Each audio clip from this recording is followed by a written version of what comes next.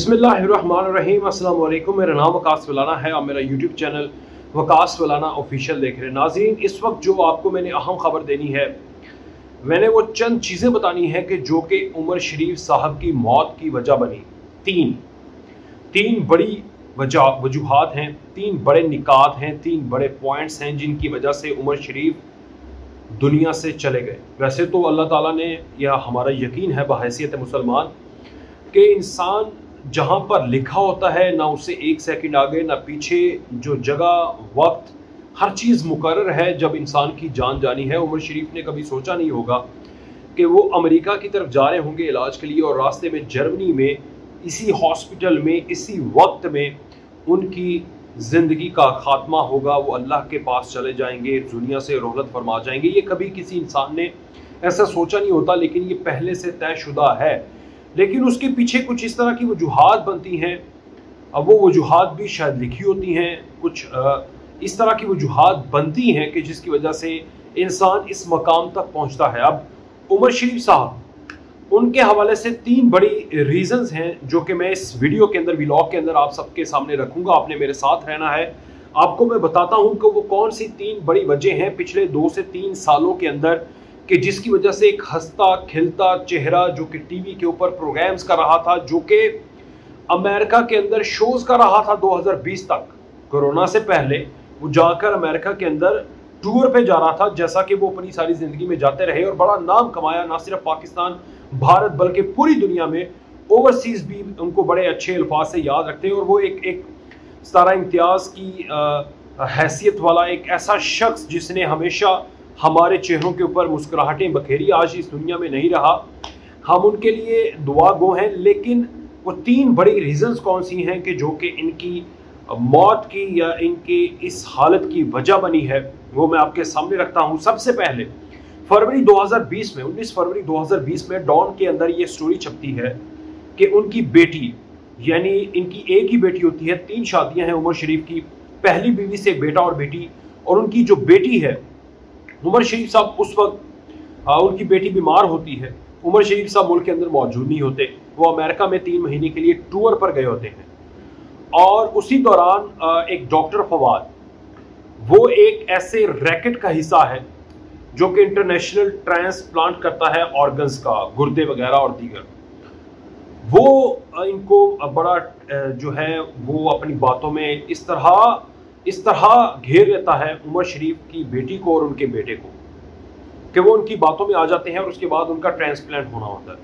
अब रहता वो लाहौर में है, पंजाब के अंदर वो सारी चीज़ें खरा होता है। इससे पहले उसके खिलाफ केसेस भी हैं, वो बेल के ऊपर होता है, फिर जाके किसी सरकारी ऑफिस में, सरकारी दफ्तर में वो नौकरी करने लग जाता है। तो इन दिनों के अंदर जब उमर शरीफ इज़ नॉट हियर, वो उस वक्त नहीं होते, और उमर शरीफ की बेटी आज़ाद जम्मू कश्मीर के अंदर जाकर उससे इलाज करवाने के लिए रजामंद हो जाती है, और ये उनके बेटे की भी रजामंदी होती है, लेकिन उमर शरीफ को बताया नहीं जाता। और उसके बाद उनका वहाँ पर इलाज होता है। 1 हफ्ते के बाद उनकी सेहत इतनी ख़राब हो जाती है उनकी बेटी की कि वो दुनिया से चले जाती हैं। और उसके बाद उमर शरीफ को वो गम, वो दुख जो है अंदर ही अंदर इतना ख़त्म कर देता है कि उसके बाद कोरोना आ जाता है, फिर पाबंदियाँ लग जाती हैं, पूरी दुनिया में डिप्रेशन हो जाता है। आप सोचें कि एक शख्स जिसकी 3 शादियाँ, 2 बेटे, यानी एक बेटा बेटी, और वो बेटी जिससे वो बहुत ज़्यादा प्यार करते हैं और हमेशा मुख्तलिफ प्रोग्राम्स के अंदर भी मुख्तलिफ जगहों के ऊपर अपनी बेटी का, अपनी मोहब्बत का इजहार करते रहते हैं, उनकी गैर मौजूदगी में दुनिया से चले जाती है। और फिर वो जिसके खिलाफ खड़ा होना होता है वो भी, मतलब डॉक्टर्स माफिया, वो गिरफ्तार तो होते हैं, बाद में छूट जाते हैं। तो ये एक बाप के लिए ये गम बहुत बड़ा गम है, जहाँ से उमर शरीफ की बीमारी और उनके आर्जे की, यानी उनकी बेटी को गुर्दे की बीमारी थी, उमर शरीफ दिल के आर्जे से इस दुनिया से गए हैं। तो वहाँ से डिप्रेशन, दर्द, दुख और हाई ब्लड प्रेशर, इस तरह की जो तकालीफ है या जो शिकायत हैं वो उमर शरीफ को रहती हैं। वो वक्त गुजरता है और उसके बाद फिर उमर शरीफ की हालत दिन ब दिन ख़राब होती जाती है।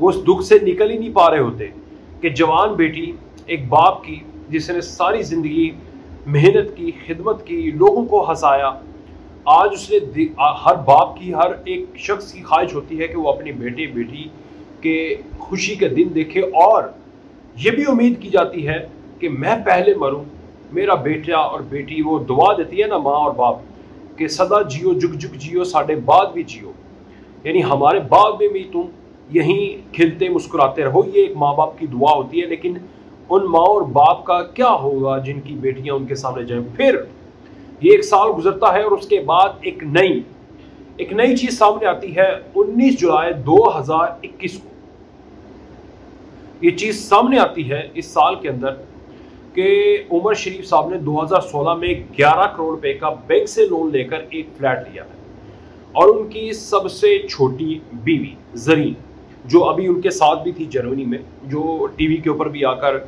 उनकी दुआओं के लिए कह रही थी, ये खबर ये सामने आती है कि उनकी ये जो बेगम है उस लोन पर लिया हुआ 11 करोड़ का एक फ्लैट ये लिखवा लेती है, उनसे साइन करवा लेती है कि इसको मैंने बेचना है, गिफ्ट करवा लेती है।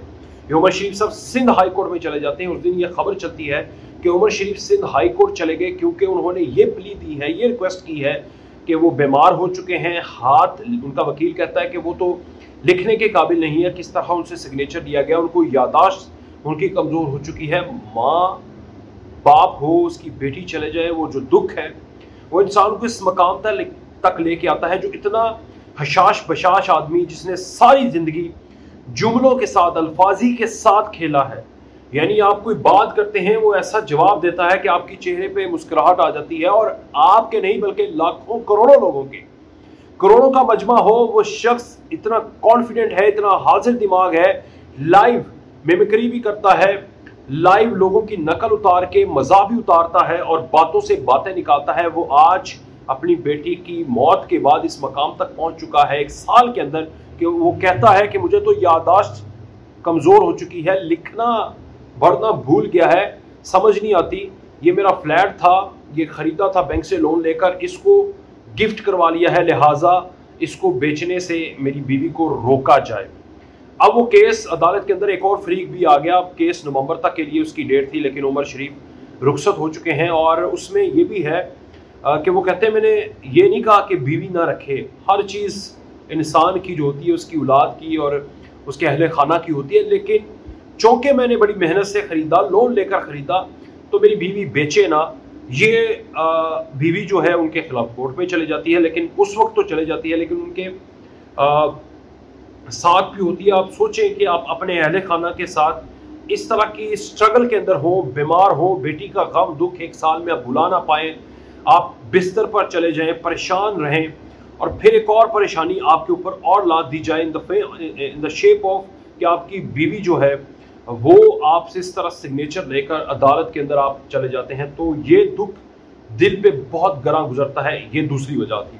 और फिर तीसरी वजह वो ये है जो मेरे नज़दीक इंतहाई शर्मनाक है बहैसियत पाकिस्तानी, वो ये है कि अब देखें, एक तो पाकिस्तान के सिंध के अंदर आप भी जब भी पॉलिटिशियन से पूछें, सिंध के अंदर सेहत के ऊपर हमने इतना काम किया है कि आपकी सोच है, ये जवाब होता है पाकिस्तान पीपल्स पार्टी का। चले ठीक है, किया होगा काम। अब जब उमर शरीफ साहब का वसीम बदामी के साथ एक इंटरव्यू, एक बात होती है, वसीम बदामी साहब रिक्वेस्ट भी करते हैं अपने इंस्टाग्राम, अपने ट्विटर के ऊपर, और उमर शरीफ भी रिक्वेस्ट करते हैं वज़ीर आज़म पाकिस्तान से कि वो पाकिस्तान के अंदर यानी कराची के अंदर ज़ेर इलाज हैं और वो अब बाहर के मुल्क में जाना चाहते हैं, अमेरिका जाना चाहते हैं, तो उनकी हेल्प की जाए। यानी पाकिस्तानी एक आम शहरी इतनी जल्दी जा भी नहीं सकता। ये 10 सितंबर को ये रिक्वेस्ट की जाती है वज़ीर आज़म से। सिंध हुकूमत 14 सितंबर को सब कुछ जो उनकी सेहत के हवाले से उनके अखराजात जो आने हैं पैसे भी कर देती है। वज़ीर आज़म पाकिस्तान का नोटिस 10 सितंबर को होता है और फिर 16 दिन के बाद तैयारा आता है, 16 दिन। और जब तैयारा आता है तो उस दिन उमर शरीफ साहब का एक तो बीपी शूट कर जाता है, बीमार हो जाते हैं, डॉक्टर उन्हें कहते हैं कि वो जा नहीं सकते और 24 घंटे का टाइम दे देता है तैयारा कि भाई 24 घंटे में अगर आप ना हमारे साथ आए हम चले जाएंगे। उनकी बीवी कहती है कि मिलियंस ऑफ रुपीस जो हैं वो इस मद में ज़ाया हो जाएंगे अगर उमर शरीफ ना गए। फिर कंसल्टेशन होती है तैयारे के या जो एयर एम्बुलेंस है उसके डॉक्टर के और जो उमर शरीफ के डॉक्टर्स हैं, और फिर एक बीच में रास्ता अपनाया जाता है कि उमर शरीफ को बिठा दिया जाता है। हालांकि वो ठीक नहीं होते, लेकिन मजबूरी होती है। एक मजबूरी यह है कि आपने अमेरिका जाना है, आपको वीज़ा तक नहीं मिलता, आपको प्राइम मिनिस्टर की हेल्प लेनी पड़ती है। आम बंदे का क्या हाल है? ये तो सुपरस्टार थे और उनकी हेल्प भी की जाती थी। उन्होंने सारी ज़िंदगी वज़ीर आज़म के ही शोज के अंदर भी उन्होंने ये लिखा था कि जब भी मैं वजीर आजम को कहता था वो मेरी हर बात पे लब्बैक कहते थे। आज मैं देखता हूँ, या मुझे जब वो बुलाते थे मैं भी अच्छा आता था, आज मैं देखता हूँ वो मेरी आवाज़ पे आते हैं। वजीर आजम आए लेकिन 16 दिन लग गए। फिर उमर शरीफ साहब बाहर जाते हैं, रास्ते में 7 घंटे का ट्रैवल होता है, रास्ते में तबीयत खराब होती है, जर्मनी में वो रुक जाते हैं। जर्मनी में फिर एक और चीज़ आती है कि उनकी बीवी को एयरपोर्ट के अंदर घंटों रोका जाता है क्योंकि उनको वीज़ा नहीं मिलता। फिर कौंसल खाने, क्योंकि ये खबर है और ये उसमें वज़ीर आज़म तक इन्वॉल्व हैं, फिर उनको मिलता है, फिर उनका वहाँ पर नमूनिया भी आ जाता है, उनका बीपी शूट कर जाता है और फिर वो अपने खालिक हकीकी को जा मिलते हैं। ये 3 बड़ी वजूहात हैं। बेटी से शुरू हुए, बीवी ने ट्रस्टी जो गिफ्ट है वो तक लिया, अदालत में पहुंचे और फिर उसके बाद हमारा निज़ाम यह है कि यहाँ पर इलाज नहीं है, अमेरिका जाना है, अमेरिका ज़्यादा नहीं देता, वज़ीर आज़म की हेल्प लेनी है, उसमें भी दिनों लग जाएंगे और फिर आप जब जाएंगे तो फिर आपको बड़े कॉम्प्रोमाइज़ करने पड़ेंगे और जब कॉम्प्रोमाइज़ करेंगे तो इंसान जब बीमार होता है तो वो कॉम्प्रोमाइज़ से बाहर होता है। तो ये वो सारी वजूहात बनी है कि जो उमर शरीफ साहब की मौत की वजह बनी है। मुझे ये समझ आती है, आप बेहतर बता सकते हैं अपने कमेंट में। मेरे चैनल को सब्सक्राइब कीजिएगा। इजाज़त, अल्लाह हाफ़िज़।